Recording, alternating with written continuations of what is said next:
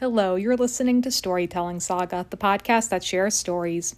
I'm your host, Allie, and this week I'm discussing the Disney adaptation of Tarzan, because there are so many iterations of Tarzan, obviously, but the original is Tarzan of the Apes, and the book was a really old book, obviously, because this movie too, it's set in the 1800s, which that's easy to forget, honestly, but then there are certain moments, obviously, like with the technology that they have, and also when they say Queen Victoria, just certain things, but it's such a great movie. Obviously, it's so visually beautiful, and it was the last movie of the Disney Renaissance era, released in 1999, and I saw it in theaters. I remember the hype for it as well, and only certain things I remember distinctly in theaters, like seeing it on the big screen. Mostly what I remember, for whatever reason, are the earlier scenes in the movie, like the sequence when Kala first encounters baby Tarzan.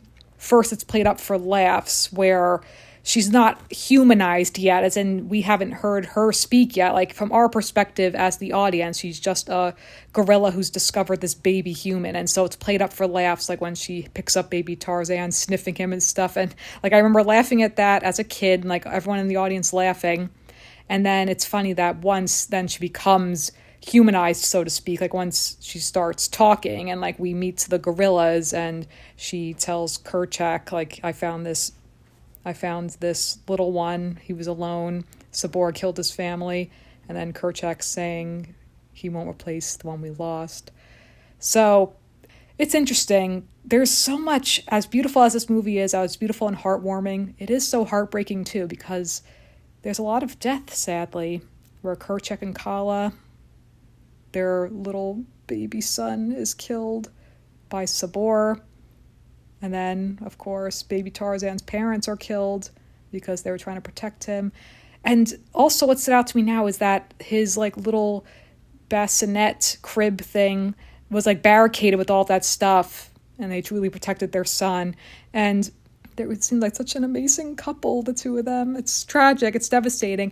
And I know then that there was an internet theory that Tarzan's parents were Anna and Elsa's parents from Frozen, but the filmmakers debunked that theory. But that's interesting to, play around with that. That's kind of like the theory where people would make the connections that the Pixar movies are all in the same universe, which that's not the case at all. It's just more so there's visual Easter eggs. And even in this movie, for example, where you see the teapots, and they look an awful lot like Mrs. Potts and Chip, it's the same visually. Just like in Aladdin, for example, when we see, Pinocchio and Sebastian and the little figurine of the Beast. And also in Hercules, when we see a throw rug of Scar, and that's a direct reference to Zazu saying he'd make an excellent throw rug, That was a horrific accent I just did, but whatever, the line.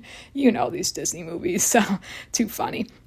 But so yeah, just this theme of him feeling like he doesn't belong, Tarzan. Even the other gorillas, Turk and the other gorillas kind of hazing him. It's oh, you got to get a hair, an elephant hair. And we meet Tantor. Tantor's a great character, I gotta say. I'm gonna just go ahead and say he's another underrated, I wouldn't even say he's an animal sidekick in this, just an underrated Disney character. He's fantastic, voiced by Wayne Knight. And by the way, an interesting fact I learned about this movie, speaking of Wayne Knight, is that he voices the Tarzan scream. Did you know that? I didn't know that. That's him. I was that's fascinating to me. I did not know that was him. I never would have known that. That's really cool. But Tantor is great, little baby Tantor. Are you sure this water's sanitary? It looks questionable to me. He's just a worrywart. I like kind of his whole arc throughout this movie, how he's just always worrying, always kind of uptight and stuff, and then Turk is just whatever. And then when he finally steps up, and when he helps Tarzan too, and when Turk's dressed up in Jane's dress, and then Tantor's I'm tired of your emotional constipation. Let's go, we gotta go save Tarzan. And then early on when Turk's you're embarrassing me, and then of course later on where it comes for full circle where Tantor says, sometimes you embarrass me. He's just great. I don't know. He's so good. And obviously Wayne Knight, he also voices of course, he's best known as Newman from Seinfeld, but he also voices Al from Al's Toy Barn from Toy Story 2. Everything's a buck, buck, buck. Okay. I can't help but make connections in my brain to all other, Disney movies and other stuff. Well, that's Pixar, but still owned by Disney. But anyway, what's interesting is I just made this connection rewatching this now, that young Tarzan, it's very similar to young Hercules, like where Hercules doesn't belong and, like his journey of figuring out where he belongs. So similar with Tarzan. And so that's why the whole love story with him and Jane is so beautiful and profound when he encounters another human being for the first time in his life up close and is just studying her in this fascination and wonder.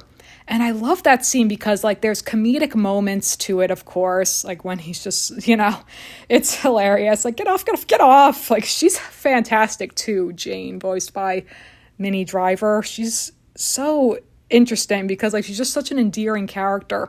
But that scene when when they're in the tree together, after that whole crazy sequence with the monkeys, she sketched the monkey's crying, "Don't give me those crocodile tears," and then all the monkeys going after her, and then Tarzan rescues her, and then, he's fascinated by her, takes off her glove, and then presses their palms together, just like when he was young, and he's like, "Look at me," and then Kala is saying, "Yes, I see 2 eyes and a nose and hands," and then, putting their hands together. It's so beautiful. So, like, with him and Jane, and that moment's so stunning. Oh my gosh, just like their hands pressed together. Again, so profound, so emotional. Just like this immediate connection, because first Jane is like kind of fearful, like understandably, just kind of freaked out by this person. She's like, "Oh no, I'm in a tree with a man who talks to gorillas. Like, what am I going to do? Like, talks to monkeys." And then her whole demeanor changes when he does that, like pressing their hands together. It's so beautiful in the animation, the subtlety of it, just the way she's looking at him then, and the way he's like entranced by her truly, and that she's a missing link in terms of like, this is the first human he's ever encountered. Like, there's this weight to it, and it's like she senses it, like just this kind of profound sadness, but like this sudden connection. It's just really beautiful. That reminds me then of the scene in Pocahontas when Pocahontas and John Smith meet face to face, and again, all of the emotions conveyed without any dialogue. I think it's so profound. I think it's fantastic. I love that. So that scene with Tarzan and Jane when they meet, that's my favorite scene in this movie. It's beautiful. But obviously also gotta talk about the music, Phil Collins. And apparently he of course composed the music like in all of these beautiful songs. But apparently he sang, I don't know how many offhand, but like he sang the soundtrack in I think 30 languages, I want to say. Something like that, which is incredible. That's so amazing. And he of course won an Oscar for You'll Be in My Heart. And I'll be honest with you, the reason I know that specifically is because it was the year that Trey Parker was nominated for Blame Canada for South Park Bigger, Longer, and Uncut. So that was also released in 1999, and they did not win, or he did not win. It specifically was Trey, actually, but he brought Matt as his +1. I've talked about that when I talked about South Park Bigger, Longer, and Uncut, not to go down that rabbit hole. But anyway, he wasn't happy about it, that Phil Collins won, that he lost to Phil Collins. But it's a beautiful, obviously, I mean, like, no offense to Blame Canada, but this song is so beautiful. Like, it deserved to win. So touching, really. The lyrics and the rhythm of it, like just the melody. It's so lovely. All of the songs. I love Son of Man, like, the kind of the classic, like, growing up montage, and I love that lyric. In learning you will teach, and in teaching you will learn. I love that. I don't know. It's just so simple, but so, again, profound. So lovely. And also, I love the whole sequence with Tarzan and Jane getting closer. Whatever you do, I'll do it too. Show me everything and tell me how. I love that whole sequence. It's so beautiful. Like when he's just learning more about humans. It's so cute, like them dancing and stuff. But then also, of course, like, trash in the camp, which is great. Shoo-ba-doo, da-ba-doo. It's just shoo-bop-shee-doo. Of course, Turk, voiced by Rosie O'Donnell. And, of course, like, Turkina. But apparently Turk was supposed to be, it was originally a boy, and it's going to be more like a buddy comedy thing. But then they said that it was kind of similar to, like, Aladdin and Genie, for example. So then they decided to make Turk a girl. And then, of course, Rosie O'Donnell voicing her. So that worked out better because then, like, Rosie O'Donnell kind of had, like, the snarkiness to the character and, like, the sarcasm. Like, even when we first meet baby Turk, it's like, I don't know, it looks kind of funny looking. Like, it's too funny. It's like, it's like, what are you going to name it? I'm going to name him Tarzan. Okay, it's your baby. Like, she's so funny. And, like, when she's wearing Jane's dress later on, because, like, they're doing Tarzan a favor to distract Kerchak. And then Tantor, like, on his trunk has, like, the professor, Professor Porter, Jane's dad, and then Tantor is like, it's like, oh no, I think that dress is very slimming on you. It's like, oh really? I thought it was a little revealing. It's just too funny. Turk, gosh, like, Turk's hilarious. But Jane and Professor Porter, Archimedes Porter, I did not remember his first name at all, but yeah, he says his first name. But I love their relationship. They kind of have a dynamic similar to Belle and Maurice, in Beauty and the Beast. I love their dynamic, like, just looking out for each other. And I love the whole part, like, when she's, like, going on and on to him, and she's just like, and Daddy, they took my boot. Like, I don't know why that's, like, hilarious to me. Like, he's like, okay, yes, go on. Like, he's, like, enraptured in this story, like, getting wrapped up in her story. So, like, she's explaining, it's like, oh, a whole fleet of them, these monkeys. And it's just like very sweet and endearing. It's like, and then there was a man in a loincloth. Oh, it's like, and then it's just like a quick, a loincloth. Oh, dear Lord. Just little quick things that I never picked up on until now, rewatching this. Too funny. And then, like, when she's sketching Tarzan, and then she's like, oh, and it's like, he had this confusion, like, he's never seen a human before, and then his eyes, so intense, I never seen such eyes. And then, like, he, like, looks back and forth, and he's like, oh, should I leave you alone with the blackboard for a moment? Like, it's too hilarious. It's very sweet. And then when Tarzan shows up, and it's just so cute. So it's like, those two, like, just being so excited on their excursion to see the gorillas. And of course, Clayton, who ends up betraying them, like, the true villain, and he's terrible. But obviously with Tarzan, like, wanting to belong, and, like, just Kerchak refusing to accept him, like, even he's just like, Kala, he's not our kind. And then she's like, you think this is dangerous, like, this little baby? And then he'll make a wonderful son. He says, I never said he was my son. It's devastating. So, like, even when Tarzan ends up killing Sabor, this threat that has been such a threat to them, and, like, there is a moment where it seems like Kerchak is going to show him a slight sign of respect or acceptance. But that's when we first hear the gunshot, and that's when, we first encounter Clayton and Jane and the professor. But it's just so devastating, because it's devastating, obviously, like, then by tragically the end of Kerchak's life, that in his final moments, when Tarzan comes back to save them all, and then Kerchak is saying, you came back, and he says, I came home. Oh, gosh. And, like, in his final breath saying, take care of them, my son. Oh my God, that gets me every time. It's so devastating, but again, so emotional, so heartbreaking, but so beautiful too. Oh my gosh.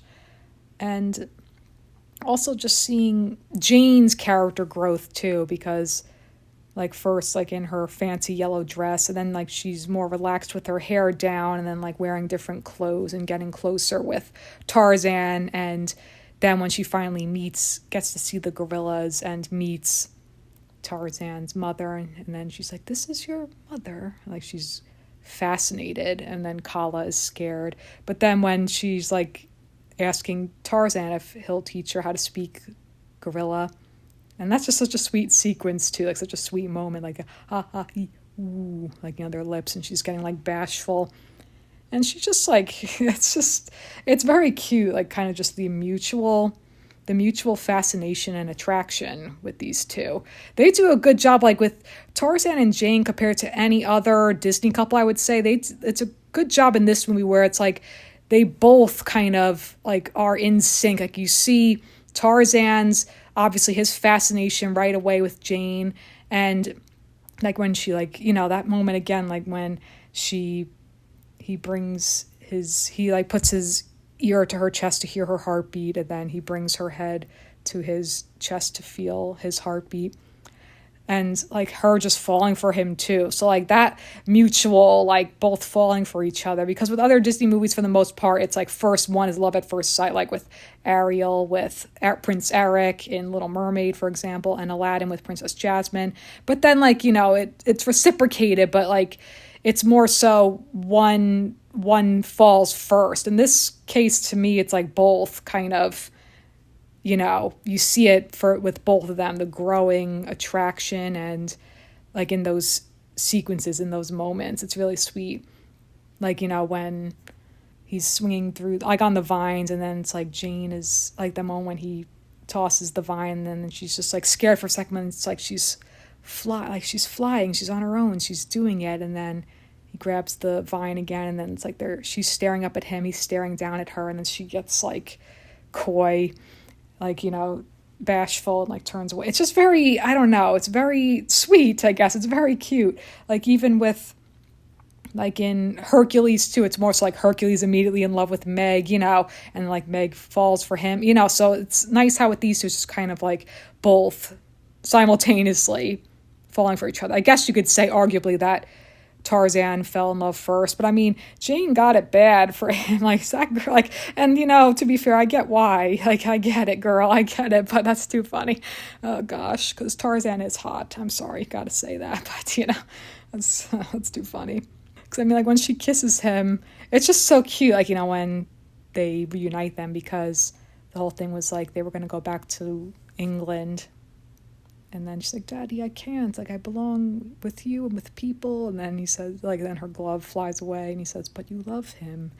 It's so sweet. And then she jumps off the boat and kisses Tarzan. And another thing I didn't notice, too, just now on this rewatch that I noticed, is that when she kisses him, and then she's like, oh, sorry. It's like, oh, yes, my glove, thank you. And then, like, as he is pulling her face to his to kiss her again, and then she's like, thank you. Like, and then like they kiss. I'm like, oh, damn.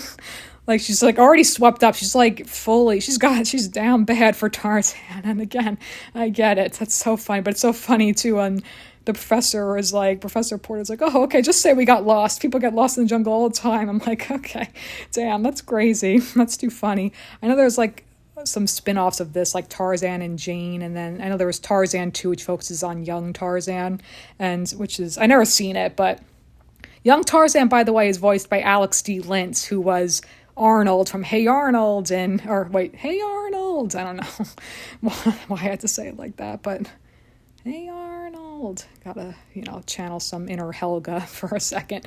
But he voiced Arnold in April Fool's Day in the Journal, the last 2 produced episodes of Hey Arnold, the series. But so, I mean, it's just such a lovely movie, obviously. And then, like, seeing the way they're so fascinated with the gorillas, and, like, the moment when all the gorillas come out, and then, like, they're, like, doing the sounds, the noises, and then Clayton's like, oh, get up. It's like, oh, don't get up. And obviously Clayton is such a vile villain, because like he even uses Tarzan to like uses his affection towards Jane against him. It's like, oh, even I never noticed this line either, when he's like, oh, even if you weren't a savage man, you'd still be lost. And it's like, well, too bad. And then Tarzan's like, if Jane gets to see gorillas, Jane can stay. And then he's like, yeah, that's the whole reason she came, isn't it? Like, ugh, he's so like slimy and such a jerk, obviously. But gosh.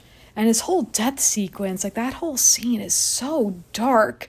Like the whole fight with him and Tarzan, and then him saying like, oh, be a man. And then Tarzan saying, oh, I'm not a man like I'll never be a man like you. Like just this vile, cruel, evil person wanting to hunt all these gorillas. So despicable, so disgusting. Like even when Jane says, like when Tarzan was going to go with them, because like he made his decision, because at that point he felt like kind of betrayed by Kala. It's like, why didn't you tell me there were creatures that looked like me?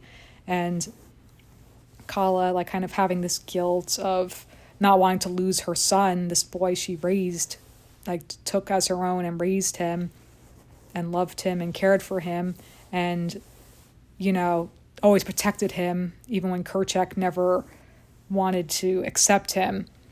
That then, like, when she finally tells him the truth and, like, takes him to where she had found him, and he sees the photo that she had seen when she first met him, the photo of him as a baby, and then he says, "This is my father and it's so devastating. And that part, that gets me every single time when he walks out, and then, like, she sees that he's going to leave and he's wearing clothing, and he hugs her and he says, "No matter where I go, you will always be my mother."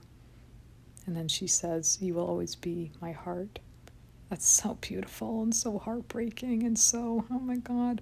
And then, like, when he's going to go with them, and then only to find that Clayton had betrayed all of them, it's awful. And so that whole fight sequence, and again, like in classic Disney deaths where the villain causes their own demise because Tarzan had gotten him tangled up in all the vines, and then, like, he's just slashing them in a mad fury, and then he's like warning him, "Clayton, Clayton," and then just, that's so dark, that moment, that flash of lightning, and then just the stillness and yet just the swaying of his lifeless body in the shadow on the tree. Oh gosh, oh my goodness, it's so dark. And then tragically the final moments of Kerchak's life when he accepts Tarzan and accepts him as his own, saying, "Forgive me," and then, passing the torch to Tarzan, saying, "Take care of them, like, you're the man who will protect our family now." Oh my gosh. And so then it's just so beautiful when the professor says to go be with him, you love him, and the professor just joins her too, like, to live among the gorillas, among this family, to live happily ever after with them. And I also just made this connection too, that when Jane, like, does the gorilla noises again, and then, like, they all cheer, I just made the connection that she's saying what Tarzan had said, like when she asks Tarzan, "What did I say?" And he says that Jane will stay with Tarzan. He's like, "I can't." And then, like, she says, "I can't, Tarzan, I have to go back."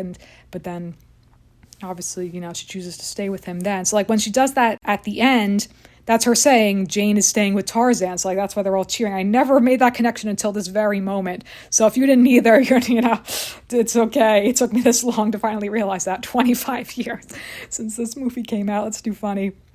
But, oh gosh, it's such a great movie. Again, Tantor is so underrated. I think he's hilarious.